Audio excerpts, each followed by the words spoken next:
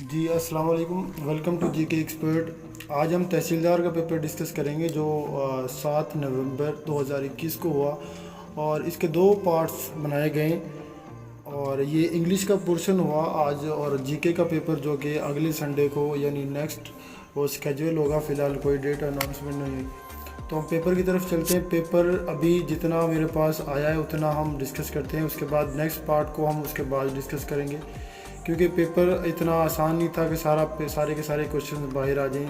जैसे जैसे क्वेश्चन आएंगे इंशाल्लाह वैसे ही चैनल पे अपलोड कर दिए जाएंगे। फर्स्ट क्वेश्चन आज का हमारा सिनोनिम एंटोनिम को पहले डिस्कस करेंगे। फर्स्ट एंटोनिम में एंटोनिम ऑफ कैलो, ठीक है। इसका एंटोनियम एक्सपीरियंस को बोलते हैं, जिसके पास एक्सपीरियंस वाइड एक्सपीरियंस हो। उल्ट पूछा हुआ था इसका। उसके बाद next question antonym of scant. Scant कहते हैं कम करना, ठीक है। स्ट्रेंच इसका एंटोनिम है। स्ट्रेंच का मतलब है बढ़ाना। उसके बाद next question antonym of entrench, ठीक है। इंट्रेंच और इसका एंटोनिम बोलता है डिस्ट्रॉय। डिस्ट्रॉय मतलब ख़त्म कर देना, तबाह कर देना। उसके बाद नेक्स्ट क्वेश्चन हमारे पास एंटोनिम ऑफ अशेम्ड। अशेम्ड का मतलब होता है कि शर्मिंदा होना, तो इसका उल्ट पूछा हुआ था, यानी तो प्राउड इसका एंटोनिम होगा। उसके बाद next question antonym of stale. Stale कहते हैं बुसी हुई, बासी यानी पुरानी चीज़ को, और इसका जो एंटोनियम था वो फ्रेश था। उसके बाद नेक्स्ट क्वेश्चन एंटोनियम ऑफ एम्बोनिशन। ये क्वेश्चन आया था एम्बोनिशन, और एम्बोनिशन बोलते हैं एडवाइस करना, नसीहत करना या किसी को अप्रिशिएट करना। इसका जो एंटोनियम पूछा हुआ था वो एप्लाउज था, जो ऑप्शंस के मुताबिक।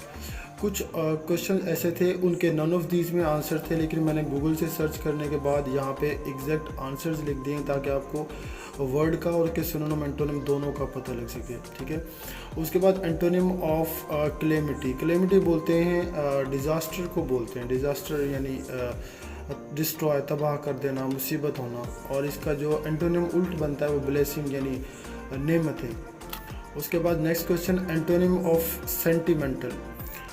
सेंटिमेंटल का एंटोनिम मेरे उल्ट पूछा हुआ था डिस्पैशनेट। ये नन ऑफ दीज में था इसका आंसर, तो डिस्पैशनेट इसका आंसर, ठीक है। उसके बाद next question antonym of tranquillity. Tranquillity बोलते हैं कि जितनी भी किसी को गुस्सा आना, ठीक है, उसके खिलाफ जो दवाई इस्तेमाल होती है उसके ट्रैंक्विलाइजर्स बोलते हैं उनको।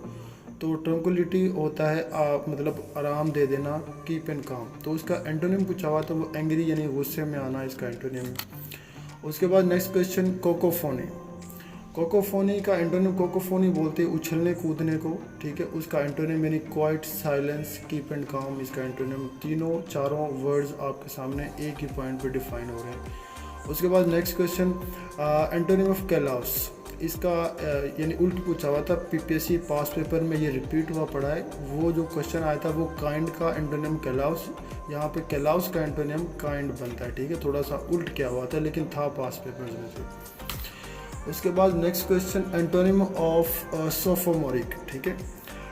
ये उसको बोलते हैं कि जिसके पास एक्सपीरियंस ना हो और बिल्कुल नया हो, जिसका डेब्यू हो, ठीक है। तो इसका एंटोनिम यानी एक्सपर्ट को इसका एंटोनिम बनता है। उसके बाद नेक्स्ट क्वेश्चन सिनोनिम आगे, इसके बाद synonym of adduce, elicit. Next synonym of abominable. इसका जो सिनोनिम बनता है वो डेटस्टेबल यानी घिनौना, गलत। नेक्स्ट क्वेश्चन सिनोनिम ऑफ इनविल। इसका जो सिनोनिम बनता है वो कन्विंस यानी अपने आप किसी को अपनी तरफ राग़िब करना यानी नसीहत करना। उसके बाद next question synonym of atrocity. ये भी क्वेश्चन आया था। इसका जो सिनोनिम है वो हॉरर यानी डरावना। Next question synonym of galvanise. Galvanise बोलते हैं मोस्टली आयरन के लिए ये वर्ड यूज़ होता है। आयरन को जब जंग से बचाया जाता है तो उसको उस प्रोसेस को गैल्वेनाइज बोला जाता है, यानी आयरन को दोबारा से इस्तेमाल में लाना, ठीक है, मोटिवेट करना। इसका सिनोनिम पूछा हुआ था। उसके बाद next question synonym of April. ये काफ़ी फेमस है, पास पेपर का है। Clothing of women. जिस तरह एक फेमस एक यहाँ पे इंडस्ट्री है निशात अप्रैल के नाम से, तो उस अप्रैल का जो सिनोनिम बनता है वो क्लोथिंग है, ठीक है। ये पास पेपर का क्वेश्चन था। उसके बाद नेक्स्ट क्वेश्चन ज़रफ़। उर्दू में वर्ड आया था, इसका इंग्लिश में बताना था ज़रफ़ किस को कहते हैं। तो ज़रफ़ बोलते हैं रिसिप्टेकल, मतलब किसी को किसी के बारे में मतलब बताना और उसके बारे में इंफॉर्मेशन देना। नेक्स्ट क्वेश्चन, फ़न शनास मतलब आर्ट से रिलेटेड पूछा हुआ था। जो फ़न बनाते हैं, शनास करते हैं, यानी उनको आर्टिस्ट बोलते हैं। ये इजी क्वेश्चन था वैसे। नेक्स्ट क्वेश्चन, नौ नकद ना तेरा उधार, ये एक वो प्रवर्ब थी उर्दू में और इसका इंग्लिश में मीनिंग पूछा हुआ था। A bird in hand is worth then two in bush. ये पास पेपर में भी आई हुई है, लेकिन इसका प्रॉपर इंग्लिश में मीनिंग कभी नहीं पूछा। लेकिन आज इन्होंने यानी 7 नवंबर 2021 को जो तहसीलदार का पेपर हुआ इंग्लिश पोर्शन का, वहाँ पे इस पूरी की पूरी प्रवर्ब का इन्होंने इंग्लिश में और उर्दू में दोनों का मतलब पूछ लिया। उसके बाद नेक्स्ट क्वेश्चन, नौ नकद ये डिस्कस कर लिया हमने। उसके बाद नेक्स्ट क्वेश्चन, बदहवास का इन्होंने इंग्लिश में पूछा हुआ था। जो बदहवास होता है उसे इंग्लिश में क्या कहते हैं? तो ऑप्शन मेरे ख्याल से नन ऑफ दिस इसका आंसर था। डिस्कॉन्सरेटेड इसका आंसर बनता था, डिस्कॉन्सर्टेड। तो बदहवास का आप देख लीजिएगा मज़ीद सिनोनिम्स क्या बनते हैं इंग्लिश में। नेक्स्ट क्वेश्चन, फ़र्दा, ये एक उर्दू का लफ्ज़ था और ये फ़र्दा का मतलब क्या होता है? ठीक है, टुमारो, नेक्स्ट डे, यानी नेक्स्ट प्लानिंग के लिए फ़र्दा यूज़ होता है। उसके बाद next question, who knows everything, जो सब कुछ जानता है उसे क्या कहते हैं? ये वन वर्ड सब्स्टिट्यूशन में से क्वेश्चन लिया गया था, क्योंकि वन वर्ड सब्स्टिट्यूशन इंग्लिश के पोर्शन में शामिल था। और ओमनीसेंट इसको बोलते हैं, जो हर कुछ जानता हो, हर सब्जेक्ट के बारे में जानता हो, उसको ओमनीसेंट बोलते हैं।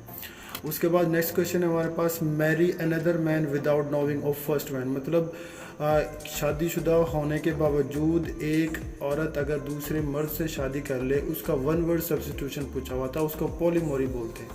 ठीक है, पॉली जो वर्ड यूज़ होता है इंग्लिश में, उसका मतलब होता है डिफरेंट काइंड्स ऑफ सब्जेक्ट। ठीक है, एक से ज़्यादा चीज़ों के लिए पॉली यूज़ होता है। पॉली माउथ जैसे हो गया, डिफरेंट सब्जेक्ट्स हो गए, तो इसका सिर्फ वन वर्ड सब्स्टिट्यूशन में ये टर्म बोली जाती है। नेक्स्ट क्वेश्चन, ईडियम पूछा हुआ था, डाई इन हार्नेस, पूरा जो ईडियम है वो डाई इन हार्नेस।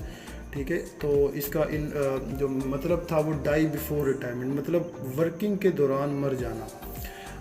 असैसिनेशन भी बोलते हैं इसको, अगर कोई ओहदे पे फाइज हो कोई पर्सन और उसकी डेथ हो जाए, उसे असैसिनेशन भी बोलते हैं।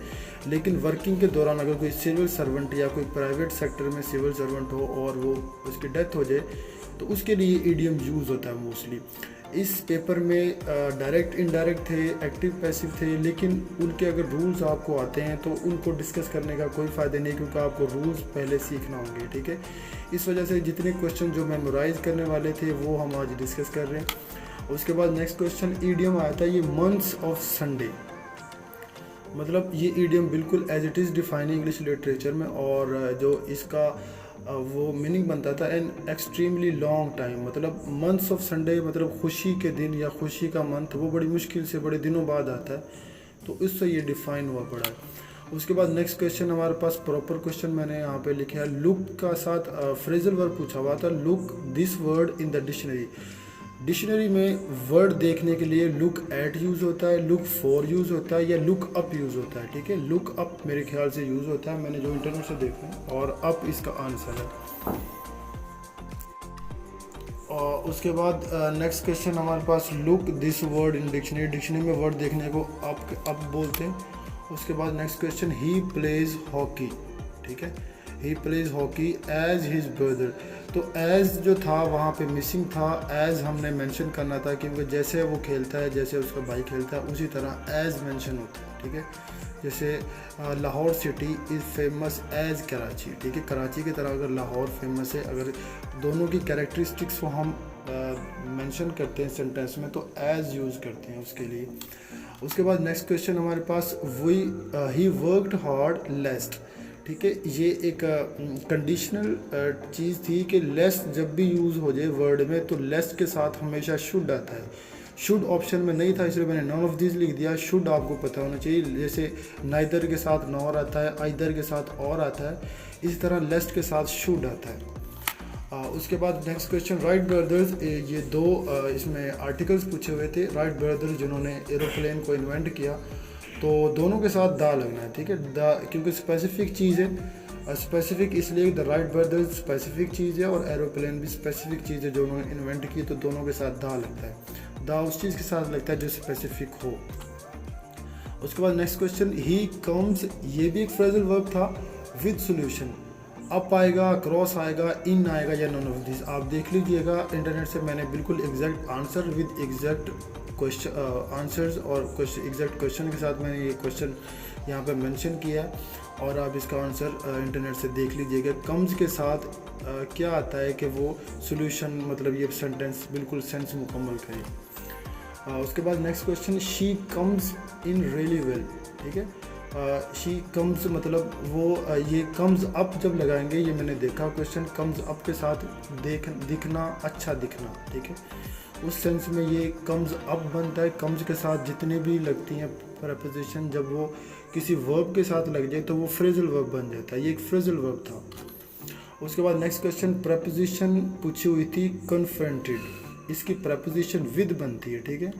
अगर कोई एविडेंस के साथ, ये एविडेंस के लिए मोस्टली यूज़ होता है, एविडेंस के साथ अगर कोई आए तो उसके साथ विद लगता है। नेक्स्ट क्वेश्चन, इडियम पूछा हुआ था न्यू ब्रोम्स। ब्रोम्स एक झाड़ू को कहते हैं, एक अलग तरह का झाड़ू होता है, तो उसका मतलब पूछा हुआ था कि न्यू ब्रोम्स का क्या मतलब होता है। क्लीन बेटर, मतलब एक नया झाड़ू बेहतर क्लीन कर सकता है रादर देन ओल्ड, ठीक है। तो इसका मीनिंग बताना था न्यू ब्रोम्स का। तो इतने क्वेश्चन मुझे मिले। Thank you for watching, subscribe GK expert YouTube channel. Thank you very much.